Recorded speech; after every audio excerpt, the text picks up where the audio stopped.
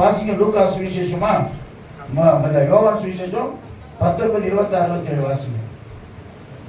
அப்பொழுது இயேசு தம்முடைய தாயை அருகில் நின்று நமக்கு அன்பாய் இருந்த சீஷனையும் கண்டு தம்முடைய தாயை நோக்கி, ஸ்திரீயே அதோ உன் மகன் என்றார். பின்பு அந்த சீஷனை நோக்கி அதோ உன் தாய் என்றார். இந்த வார்த்தையை சகோதரி எஸ்தர் அவர்கள் பேசுவாங்க. கரகத்தை வர இருக்கும். நீங்க இடத்துல ஒரு ஸ்டான்ஸா பாடலாம் பாடலாம்.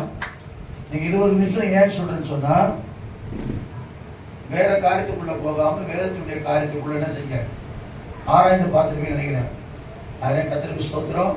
நீங்க சொல்ற பாயிண்ட் ஜனங்களுக்கு என்ன செய்யணும், பிரயோஜனமா இருக்கும். கர்த்தர் நல்லவராக இருக்கிறார். அல்லேலூயா சொல்லுவோமா? ரைட்.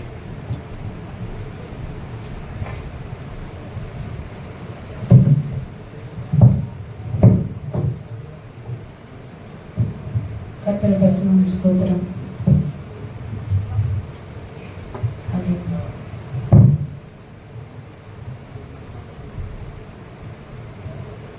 ஒரு நிமிஷம் கண்களை மூடி.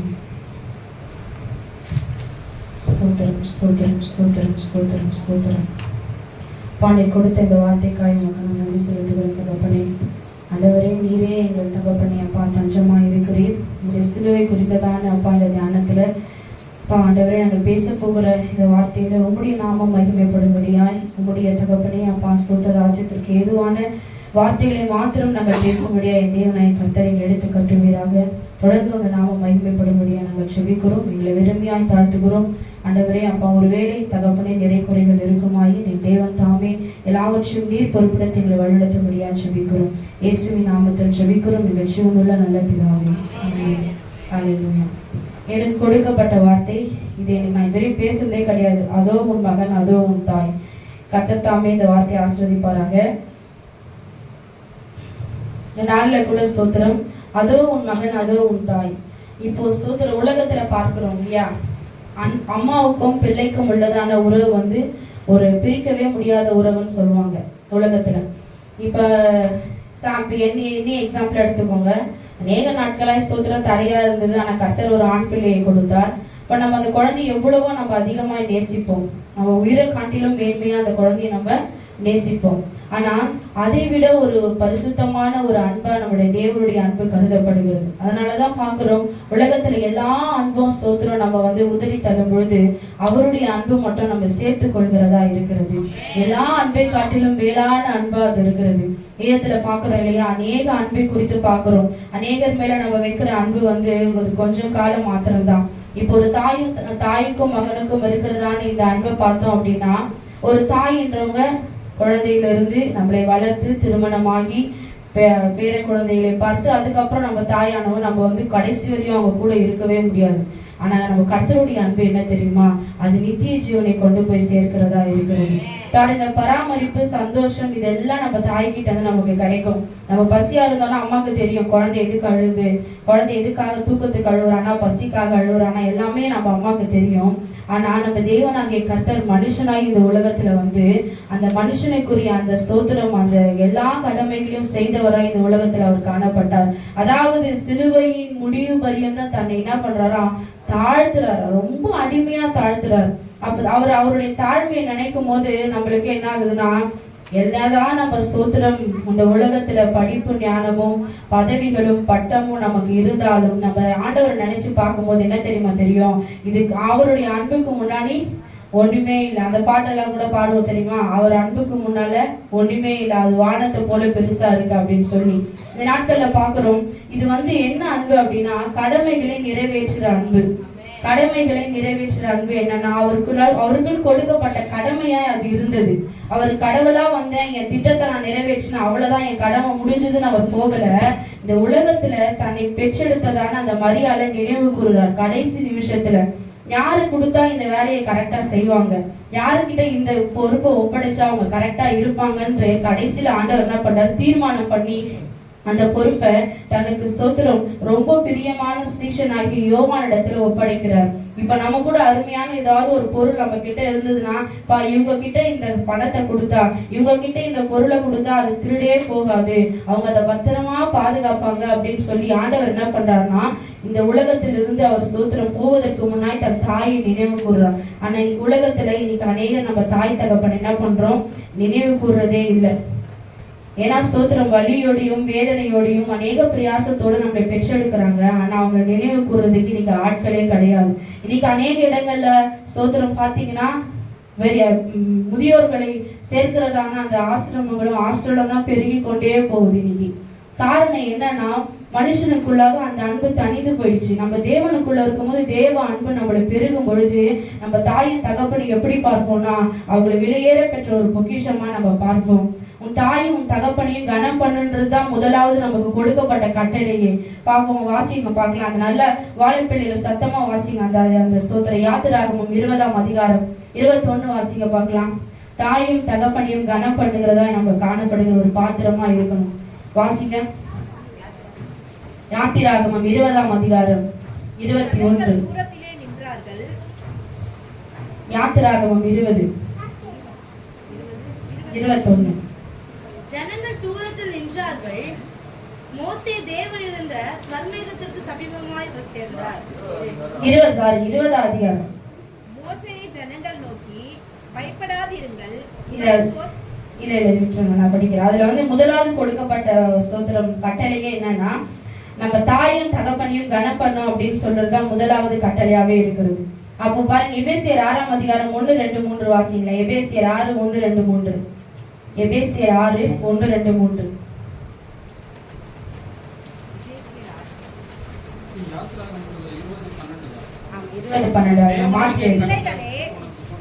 பிள்ளைகளே, ஒரு பெற்றோருக்கு கர்த்தருக்குள் கீழ்ப்படியுங்கள், இது நியாயம். உனக்கு நன்மை உண்டாயிருப்பதற்கும் நாட்கள் நீடித்திருப்பதற்கும் நம்ம என்ன பண்ணா, பெற்றோர்களை கனம் பண்ண வேணும் அப்படின்னு சொல்லி போட்டிருக்கு. ஆனா நம்ம அநேக இடங்கள்ல பெற்றோர்களை அவமானம் தான் படுத்துறோம், அநேக இடங்கள்ல அவங்களை காயம் தான் படுத்துறோம். பெற்றோர்களை நாம் கனம் பண்றதே கிடையாது. ஏன்னா மோசே முதல்ல அந்த கற்பனை ஆண்டவர் கட்டளை கொடுக்கும் பொழுது போகிறாங்க. அப்ப போகும்போது ஆண்டவர் முதலாவது கொடுக்கிற வார்த்தையே, உன் நாட்கள் நீடித்து இருக்கணுமா, உனக்கு ஆயுசு வருஷம் அதிகமா ஆண்டவர் கூட்டி கொடுக்கணும்னா நம்ம பெற்றோரை கனம் பண்ணணும் அப்படின்னு சொல்லி சொல்றாங்க. ஆனா ஸ்தோத்திரம், அவர் மனுஷனாய் வந்தது நிமித்தமாக ஸ்தோத்திரம் அவர் என்ன பண்ணாருன்னா, அவர் அந்த கடைசி நேரத்திலும் தன் தாயை அவர் என்ன பண்றாருன்னா மறக்காதபடிக்கு அந்த தனக்கு பிரியமான சீஷரிடத்துல ஒப்பு கொடுக்கிறார். இன்னைக்கு நம்ம என்ன பண்றோம்னா, சுயநலமான ஒரு வாழ்க்கையை வாழ்ந்து கொண்டு இருக்கிறோம். நான் நல்லா இருந்தா போதும், நான் நல்லா இருந்தா போதும், நான் என் குடும்பம் நல்லா இருந்தா போதும். ஆனா பக்கத்துல இருக்கிறவன் அவன் எப்படின்னா போட்டா அது எனக்கு பிரச்சனை இல்லை. ஆனா கிறிஸ்தவர்களாகிய நம்ம என்ன தர்ம பண்ணணும், நம்ம சாப்பிடும் பொழுதும் பக்கத்துல இருக்க சாப்பிட்டானான்றதை விசாரிக்கணும். நம்ம சாப்பிடும் போது நம்ம தாய் தகப்பன் சாப்பிட்டாங்களான்னு சொல்லி நம்ம விசாரிக்கணும்.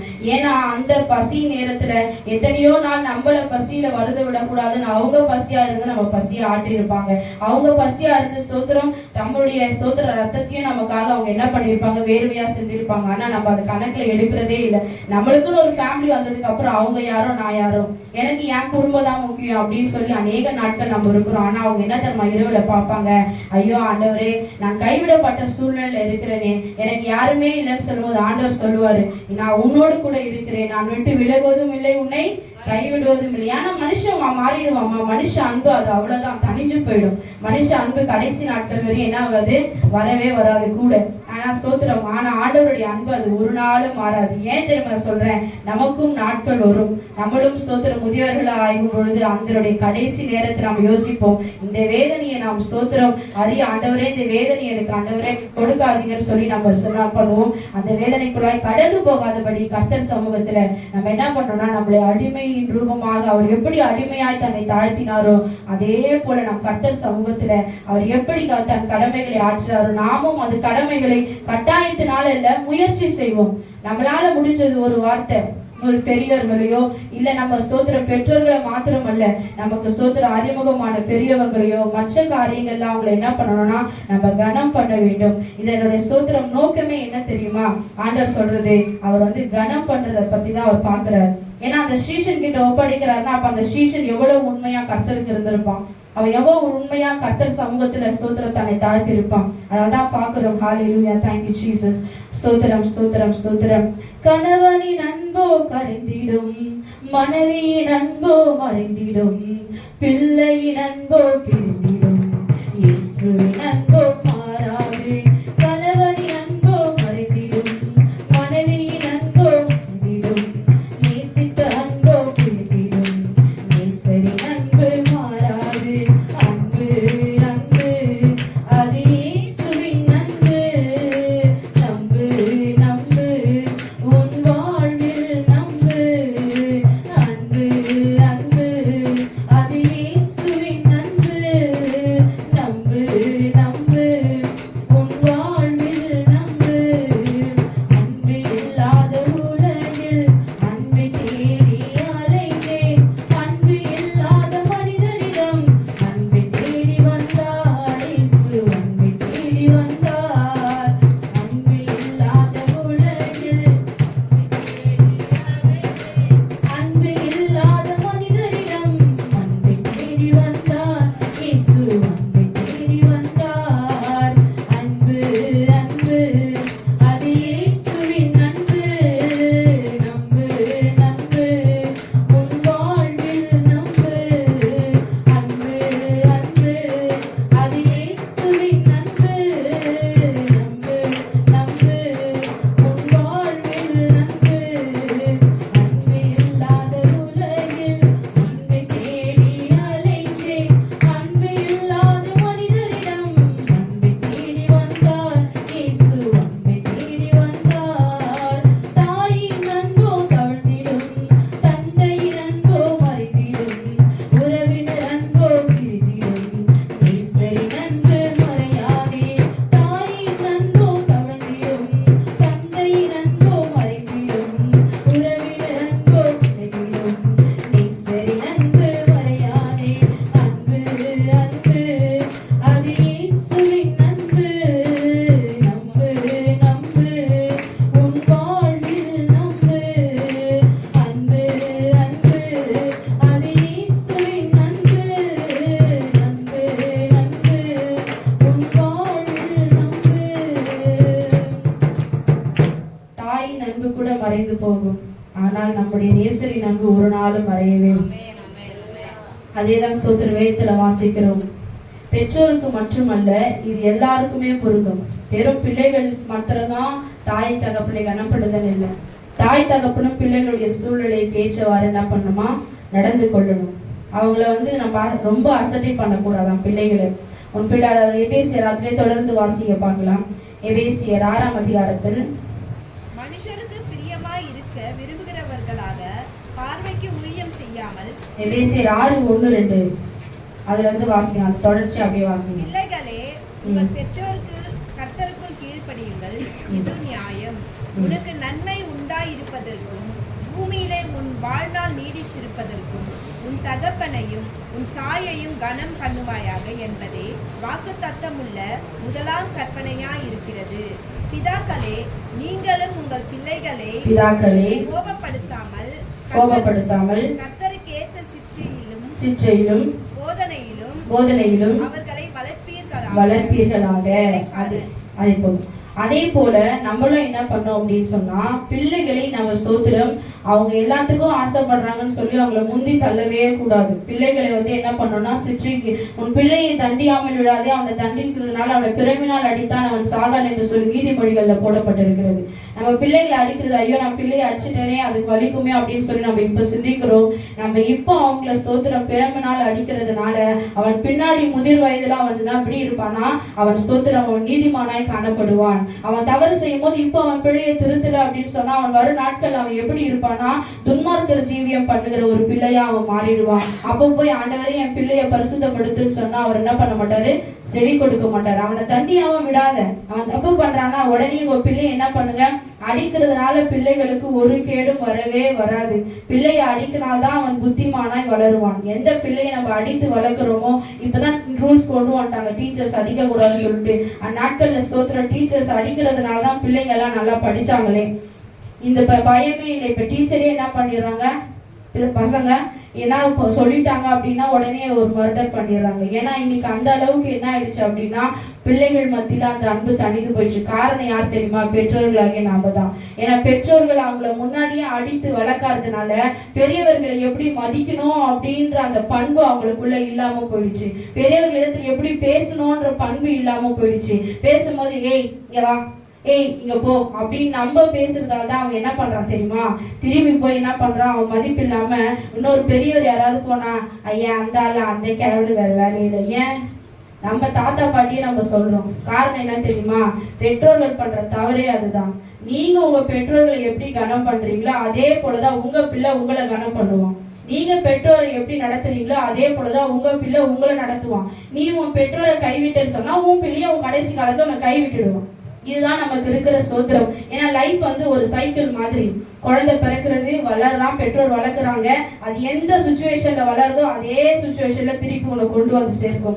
நீ நல்லபடியா அவனை கொண்டு வந்தீங்கன்னா அவன் நல்ல லைஃப் சைக்கிள்ல வந்து நிற்பான். உன்னையும் கடைசி காலத்துல அவன் என்ன பண்ணுவான், பராமரிப்பான். நிறைய ஸ்தோத்திரம், இந்த ஸ்தோத்திரம் ஸ்கூல் புக்ஸ்ல பாத்தீங்கன்னா இது ஒரு ஸ்டோரியே கொடுப்பாங்க.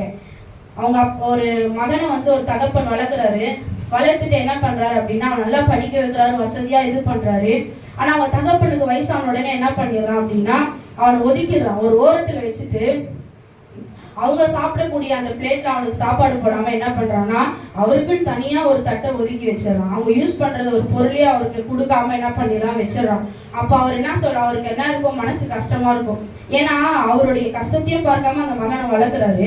வளர்த்த உடனே அவன் அந்த மாதிரி அவங்க தகப்பனை ஒதுக்கி வச்சிடறான். ஒதுக்கி வச்சோடனே அவர் ரொம்ப ஃபீல் பண்ணுவார். இதெல்லாம் யார் பார்த்துட்டு இருக்கான்னா அவனுடைய பேரப்பிள்ளை பார்த்துக்கிட்டே இருக்கான். அப்ப என்ன பண்றான், அவங்க அப்பா கிட்ட ஒரு நாள் வரும்போது சொல்றான், என்னப்பா பண்ணி பண்ற? இல்லப்பா உனக்கும் வயசாகும்ல, அப்ப உன்னையும் நான் போஷிக்கணும்ல. அப்ப நான் என்ன பண்ண போறேன்னா நீ எப்படி தாத்தாக்கு தனியா தட்டு வைக்கிறியோ அதே மாதிரி ஒரு தட்டை நான் இப்ப ரெடி பண்ணி வச்சுட்டு இருக்கேன்ப்பா, உனக்கும் இதுலதான் நான் சாப்பாடு போட போறேன் அப்படின்னு. புரியுதா? உங்க நிலைமை கடைசி எங்க போயிடுச்சு? நீ என்ன எண்ணத்தோட நீ செயல்படுறியோ அதே எண்ணத்தோடய உனக்கு அதே வந்து சேரும். நீ எதை விதைக்கிறியோ அதை தான் அறுக்க முடியும். அப்போ தேவ சமூகத்துல அந்த நீ முதியவரை ஒதுக்குற பத்தியா, அப்ப அவர் விடுற கண்ணீரானது கடைசியில் அது உனக்காகவே வந்து என்ன பண்ணுது, நிற்கிற ஒரு காரியமா இருக்கிறது. ஏன் நீ கொடுக்குற தட்டுல சாப்பிட்டு கழுவிட்டு சாப்பிடு, அது ஒண்ணு தப்பு இல்லையே. அன்னை தெரசா என்ன பண்றாங்கன்னா தொழுநோய் பிடிச்சிருக்குல்ல, அவங்களுக்கு போய் என்ன பண்றாங்க, ட்ரீட்மெண்ட் பாக்குறாங்க. ஒரே நாத்தம் தாங்க முடியல. இருந்தாலும் என்ன தெரியுமா சொல்றாங்க, ஆண்டவர் கொடுத்தது, ஆண்டவர் கொடுத்த வேலை. ஆனா இங்க அதனுடைய மகிமை தெரியாது. பரலோகத்துக்கு போகும்போது ஆண்டவர் அவங்களுக்காக கிரீடங்களை வச்சிருப்பார். ஏன் தெரியுமா? இங்க விதைக்கிறது மனுஷன் மட்டும்தான் என்ன பண்றான், பார்த்துட்டு இருக்கான். ஆனா அவர் நீ உள்ளார்ந்து விதைச்சு கொண்டு இருக்க தெரியுமா, அது அந்த ரங்கத்தில் இருக்கிற பிதா உனக்கு வெளியரங்கமாய் பதில் தருகிற தேவனா இருக்கிறார். அப்ப என்ன பண்ணோம்னா அதுக்காக நம்ம கர்த்தரை என்ன பண்ணோம்னா அதற்காக நம்ம பிரயாசப்படணும். இங்க பாக்குறோம் பெற்றோர்களும் பிள்ளைகளும் சரி, நம்ம தேவ சமூகத்துல ஒருவருக்கு ஒருவர் எப்படி இருக்கணும்னா கனம் பண்ணி கொள்ளுதல் இருக்கணும். வெளியில போகும் பொழுது எப்படி பிஹேவ் பண்ணணும். நான் நிறைய தடவை பசங்களுக்கு சொல்லுவேன், ஏய் இங்க வா, இங்க போ, இதெல்லாம் பேசக்கூடாது. அவங்களுக்குன்னு ஒரு ஸ்தோத்திரம் பேர் ஆண்டவர் கொடுத்துருக்காரு. அவங்க முன்னாடியே பெரியவங்களா, அக்காவா இருந்தா அக்கா சொல்லுங்க, தம்பியா இருந்தா இங்க வா தம்பின்னு சொல்லுங்க. ஏய் சனிய அப்படின்னா என்ன அர்த்தம்? நானே சில நேரத்துல கணவரை கூட திட்டுவேன். ஆனா ஆண்டவர்கிட்ட கேட்பேன், ஆண்டவரே என்ன மன்னிச்சிருங்க. ஒரு போனதுக்கு அப்புறம் சொல்ல மன்னிச்சிருங்க, அதை தெரியாம சொல்லிட்டேன். ஏன் அப்படின்னா அது அந்த வார்த்தை அப்படியே மாறிடும். இது எரும மாடுன்னா உன் பிள்ளை, அப்ப நீ பெற்றது பிள்ளை கிடையாது, எரும மாடு. அப்ப எத்தனை பேர் ஒரு தொழுவத்துல கட்டிட்டு வந்துடும். அது நாளுக்கு நாள் அது என்ன பண்ணும், வளர்ந்து பால் கொடுக்கும். எரும மாடு பெற்றா எரும மாடு தான் என்ன பண்ண முடியும், வளர்க்க முடியும். ஏன் அதுக்கு ட்ரெஸ்ஸை போடுறீங்க? எதுக்கு அதுக்கு சாப்பாடு போடணும்? பெற்றோர்களாகிய நீங்களும் உங்கள் வாயிலிருந்து கெட்ட வார்த்தை ஒன்றும் வரக்கூடாது. ஆண்டவரை ஆராதிக்கிற வாயினால, அபிஷேகம் பண்ணப்பட்ட வாயினால துர் ஆலோசனைகளும் குற்றம் சாட்டுகிற உதடுகளும் உங்க வாயிலிருந்து வரவே கூடாது. இதுதான் வந்து பரிசுத்தமாக்கப்படுதல். நாளுக்கு நாள் பரிசுத்தமாகணுமே தவிர நாளுக்கு நாள் கெட்ட வார்த்தையை பேசுகிற ஒரு ஸ்தோத்திர தேவ ஆலயமா நீங்க இருக்கக்கூடாது. நீங்களே ஒரு தேவ ஆலயம், அந்த ஆலயத்தை நீங்களே தீட்டுப்படுத்துறீங்க. அப்ப என்ன பண்ணணும்னா பெற்றோர்களும் சரி பிள்ளைகளும் சரி தேவ சமூகத்துல அம்மாவோ அப்பாவோ கூப்பிடுறாங்களா, இந்த வரையிலே அப்படின்னு சொல்லக்கூடாது.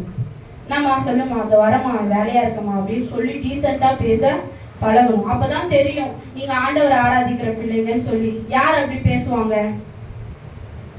ஆண்டவர் ஆராதிக்கிற பிள்ளைங்க அப்படி பேச மாட்டாங்க. வேற யார் அப்படி பேசுவாங்க? பெற்றோரை மதிக்காம போதை பழக்கங்களுக்கும் மற்ற கெட்ட பழக்கங்களுக்கும் அடிமையா இருக்க பிள்ளைங்க தான் என்ன பண்ணுவாங்க, அந்த பாதையில போவாங்க. நீங்களும் அந்த பாதையில போற பிள்ளைங்களாவே என்ன பண்றீங்க, இருக்கிறீங்க. அதனால தயவு கூர்ந்து அப்படி இருக்கக்கூடாது. அடுத்ததாக ஸ்தோத்திரம் கடமை. என்ன கடமை இருக்கு அப்படின்னா, நான் ஆவிக்குரிய பிரகாரமா எடுக்கிறேன், நான் வெளி சப்ஜெக்டா மாத்திரம் தான் எடுத்திருக்கேன். கணவனுக்கும் மனைவிக்கும் உள்ளதான உறவுல ஸ்தோத்திரம் நம்ம உண்மையா இருக்கிற உறவா இருக்கணும். எபேசியர் 5ஆம் அதிகாரம் 22வது அதிகாரம் எபேசியர் 5:22வது வசனத்தை வாசிங்க. எபேசியர் 5 அதிகாரம் எபேசியர் 5. மனைவிகளே, கர்த்தருக்கு கீழ்ப்படுகிறது போல உங்கள் சொந்த புருஷருக்கு கீழ்ப்படியுங்கள். கிறிஸ்து சபைக்கு தலையாய் இருக்கிறது போல புருஷனும் மனைவிக்கு தலையாய் இருக்கிறார். ஆமென். இதுல நம்ம நிறைய பேர் அதை செய்யறதே இல்லை. சம்டைம்ஸ் நானே அதை என்ன பண்ண மாட்டேன், இது பண்ண மாட்டேன். ஆனாலும் ஒரு சில நேரத்துல ஆண்டவர் வெளிப்படுத்தும் போது, ஏன்னா நம்ம தான் அவங்க தான் நமக்கு என்ன பண்றாங்க, தலையா இருக்கிறாங்க. நம்ம அவங்களுடைய பேச்சை கேட்கலன்னு வச்சுக்கோங்களேன் சில நேரங்கள். ஏன்னா ஸ்தோத்திரம், ஆதாம் தனிமையா நான் இருப்பது நல்லதல்லன்னு ஆண்டவர் ஏவாளை கொடுக்குறாரு. ஆனா அந்த ஏவாளாலதான் ஆதாமுக்கு என்ன ஆகுது, பிரச்சனையே அங்க ஸ்டார்ட் ஆகுது. ஆனா ஆண்டவர் நம்ம அது வரையும் ஆதாம் எப்படி இருக்கிறாரு, நல்லா கரெக்டா இருக்கிறாரு. ஆனா தேவ சமூகத்துல அவங்க சொல்ற சில வார்த்தைகளுக்கு நமக்கும் நம்ம என்ன பண்ணோம், செவி கொடுக்கணும். அப்போ நம்ம அந்த மாதிரி வார்த்தைகளை அசட்டை பண்ணவே கூடாது. இன்னைக்கு நம்ம நிறைய பேர் அசட்டை பண்ணுறோம். அதே மாதிரி கணவருக்கு தெரியாம ஒரு சில விஷயங்களை என்ன பண்றோம்னா நம்ம நிறைய மறைக்கிறோம். வீட்டுல எந்த விஷயம், 1 ரூபாய் செலவு பண்ணாலும் இதுக்கு நான் எடுத்தப்பா, இந்த காசை நான் இதுக்காக எடுத்தேன். ஒரு 100 ரூபாய் எடுத்தா கூட சொல்லிடணும், இதை நான் இதுக்காக எடுத்தப்பா, இதை நான் போட்டேன் அப்படின்னு. ஆனா இன்னைக்கு செய்றீங்களா எல்லாரும்? ஒரு 10 ரூபாய்னா கூட என்ன பண்றோம், நம்ம மறைச்சு வைக்கிறோம். இது அவருக்கு தெரியாம செஞ்சாதான் என்னால இதை நான் செய்ய முடியும், தெரியாம செய்யல. ஆனா நாளைக்கு இது எப்படி தெரியுமா வரும், உடத்துல இந்த பொறுப்பை நான் கொடுத்தனே, இதை நீ என்ன செஞ்சேன்னு கேட்பாரு. அப்ப என்ன பதில் சொல்வீங்க? தேவ சமூகத்துல நமக்கு கொடுக்கப்பட்ட கணவருக்கு நம்ம எப்படி இருக்குமா, உண்மையா இருக்கணும். நம்ம இன்னைக்கு அநேகருடைய வாழ்க்கை எப்படி தெரியுமா ஆயிடுச்சு, கடமைக்காக ஆண்டவர் ஆராதிக்கிற வாழ்க்கையா போயிடுச்சு. தேவனை நம்ம ஸ்தோத்திரம் நேசிச்சோம்னு சொன்னா சொந்த கணவனையும் நேசிப்போம், நம்ம தேவனை நேசிச்சோம்னா சொந்த மனைவியும் நேசிப்போம். நமக்குள்ள தேவையில்லாத சிந்தனைகளும் தேவையில்லாத காரியம் நமக்குள்ள வரவே வராது. அது மாத்திரம் இல்ல, புருஷர்களும் மனைவி இடத்துல என்ன பண்ணணுமா, அன்பு கூறணும். நம்ம எப்பவுமே எரிச்சல் அந்த வீட்டை கேட்டுப்பாரு, ஏன் சரியில்லையே, மூஞ்சி கொஞ்சம் அப்படி மாறினாலே கேட்டுருவாரு, மூஞ்சி சரியில்லையே, நீ என்ன ஆச்சு உனக்கு, என்ன யோசிக்கிற அப்படி ஏன் கேட்குறாங்கன்னா, நம்மளுடைய ஃபேஸ் மாறுறது அவங்களுக்கு தெரியுது. நம்ம ரெகுலரா இருக்கிறதுக்கும் கொஞ்ச நேரம் டக்குன்னு ஃபேஸ் மாறுறதுக்கு ஏன்னா அவங்க நம்ம கூட இருக்கிறதுனால அவங்க நம்மளை என்ன பண்றாங்க, பார்த்துனே இருக்காங்க. ஏன்னா உண்மையான அன்பு இருந்தா நம்மளை என்ன பண்ணுவாங்க, விசாரிப்பாங்க. உண்மையா மனைவிக்குள்ள அன்பு கூறணும், கர்த்தருக்குள்ள அன்பு கூறுகிறது போல நம்ம என்ன பண்ணோம்னா ஒருவருக்கு ஒருவர் அன்பு கூற வேண்டும். அது மாத்திரம் இல்ல, ஆவிக்குரிய நம்முடைய தகப்பனாகிய தேவன் தான் நமக்கு உண்மையான மனவாளனா இருக்கிறார். அவருக்கும் நமக்கும் இருக்கிற உடன்படிக்கை எப்படி இருக்கிறது, அவருக்கும் நமக்கும் இருக்கிற அந்த உடன்படிக்கை எப்படி இருக்குது. அப்ப அந்த உறவுல நம்ம எப்படி இருக்கிறோம், நம்ம எப்படி இருக்கணும் தேவ சமூகத்துல, நம்ம ஆண்டவருக்குள்ள நம்ம ஸ்தோத்திரம் கரெக்டா இருக்கிறோமா, தினந்தோறும் ஆண்டவருக்கு நோக்கி பார்க்கிறோமா, தினந்தோறும் ஜெபிக்கிறோமா, தினந்தோறும் மற்றவர்களுடைய ஸ்தோத்திரம் காரியத்துக்காக நம்ம ஸ்தோத்திரம் செலவிடுறோமா. அப்ப நம்ம ஜெபம் பண்ணா நம்முடைய ஜெபம் கேட்கப்படணும் அப்படின்னு, நம்ம ஜெபம் கேட்கப்படுதுன்னா நீங்க நிச்சயமா ஆண்டவர் சமூகத்துல முழங்கார் படிடுறன்னு அர்த்தம். பிசாசே நம்மளை குறிச்சு என்ன பண்ணுவான்னா ஆண்டவர்கிட்ட சாட்சி கொடுப்பான். யோபு போய் சொல்றான், அவன் ரொம்ப உத்தமனா இருக்கான்னு சொல்றல, அவனுக்கு இருக்கிறதெல்லாம் வாங்கிக்கோ, அவன் உன்னையே தூஷிப்பான் அப்படின்னு சொல்லி சாத்தான் சொல்றான். ஆனா ஆண்டவரும் சொல்றாரு, அவனுக்கு இருக்கிற எல்லாத்தையும் எடுத்துரு, ஆனா அவன் ஜீவன் எடுக்க உனக்கு அதிகாரமே கிடையாது. ஏன் தெரியுமா, அவன் ரொம்ப உத்தமனானவன் எனக்கு தெரியும், அவன் இருதயத்துக்கு ஏற்றவனா இருக்கான். ஆண்டவர் நம்மளை குறிச்சு சொல்வாரா, நீ இருதயத்துக்கு ஏற்றதாசன்னு சொல்லி. என் பொண்ணு காலையில 5 மணிக்கு எழுந்தா பிரேயர் பண்ணும், அந்த நாள் ஃபுல்லா வேதத்தை வாசிக்கும், வீட்டு வேலைகளை செய்தாலும் வேதத்துக்கு தனியா ஒரு டைம் கொடுப்போம். எந்த சீரியலும் நாங்கள் பார்க்க மாட்டோம், தேவ சமூகத்தை விட்டு எழுந்திருக்க மாட்டோம். டிவியில என்னென்ன நிகழ்ச்சி வருகிறதோ அதையெல்லாம் நாங்கள் பார்த்து தேவனுக்கு கடைசி வரையிலும் உண்மையா இருப்போம். விஜய் டிவியில் வர சீரியலையும் பார்ப்போம், சன் டிவியில் வரைய சீரியலையும் பார்ப்போம், எல்லா சீரியலும் பார்ப்போம். ஆனால் தேவனுக்கு நாங்கள் உண்மையா இருப்போம். மனைவிகளுக்கு மாத்திரம் இல்ல, கணவர்களுக்கும் சொல்றேன். அவர் போட்டா கூட நான் சொல்லுவேன், டிவி ஆஃப் பண்ணுப்பா, என் சிந்த சதரும் தயவு செஞ்சு அதை ஆஃப் பண்ணிடு. நான் பரிசுத்தவான் என்ன நான் வெளிப்படுத்தல, இருக்கிற வரையும் பரிசுத்தமா இருக்கிறதுக்காக முயற்சி பண்றேனே. ஏன்னா என்னை பார்த்து என் பையன் வளரணும்ல.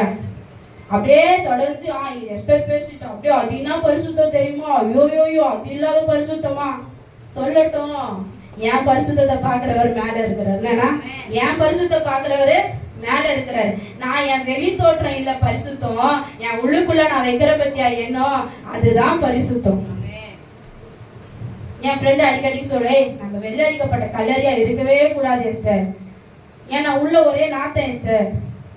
நம்ம வெளி தோற்றத்தை பார்த்து எடை போடுறான் மனுஷன், ஆனா நம்ம உள்ளான இருதயத்தை பார்க்கிறார் அவர். அது மாத்திரம் தான். இந்த எஸ்தர் பேசினாலே அப்படிதான்ப்பா, திட்டிக்கிட்டே இருக்கும். அப்படியே இதுதான் பரிசுத்தமா இருக்குது. நான் பரிசுத்தவான் இல்லை, தேவனை தவிர பரிசுத்தன் ஒருவனும் கிடையாது. தேவனை தவிர பரிசுத்தவான் ஒருவனும் இல்லை.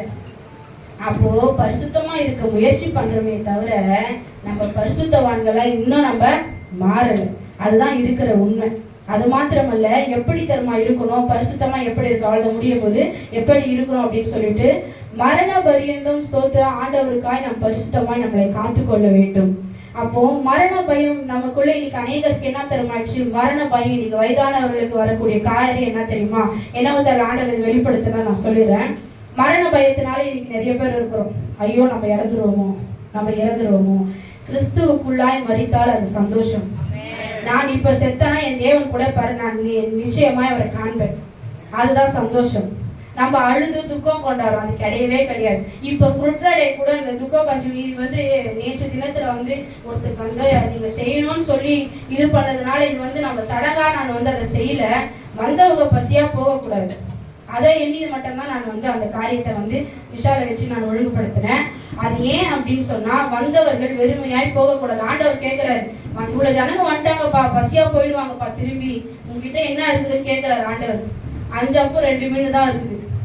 5000 பேர் கொடுத்தாருல, பண்ணு கொடுத்தா என்ன, கஞ்சி கொடுத்தா என்ன, ஆண்டவருக்கு எது சித்தமோ அதை என்ன பண்ணணும், நம்ம கொடுத்துட்டு போயிட்டே இருக்கணும். ஏன்னா ஜனங்க திருப்தி ஆனாங்களா, ஆண்டவர் வார்த்தையை கேட்கிற ஜனங்க வெறுமையா என்ன பண்ணக்கூடாது, போகக்கூடாது. அதனால நாங்க என்ன பண்ணோம், அதனால எங்களுக்கு நேரம் தாமதம் அடிச்சு, அந்த தாமதத்துக்கு மன்னிச்சுக்கோங்க. நான் சொல்ற இந்த பாயிண்ட சொல்லிடுறேன். கடைசி தருணத்திலும் அவர் நமக்கு உதவி செய்கிற தேவனா இருக்கிறார். உங்களை பிள்ளைகள் கைவிட்டாலும் இல்ல பிள்ளைகள் உங்களை கைவிட்டாலும், நீங்கள் பிள்ளைகளை மறந்தாலும் கர்த்தர் நமக்கு உதவி செய்ய வல்லவரா இருக்கிறார். அவ்வளவுதான். கர்த்தர் நமக்கென்று கொடுக்கிற அந்த உடன்படிக்கைக்கு நம்ம பாத்திரவான்களா இருக்கிறோமா? கர்த்தர் நமக்கென்று சொல்லி சில விஷயங்களை நம்ம கையில இப்போ ஒப்பு கொடுத்திருக்கிறார்.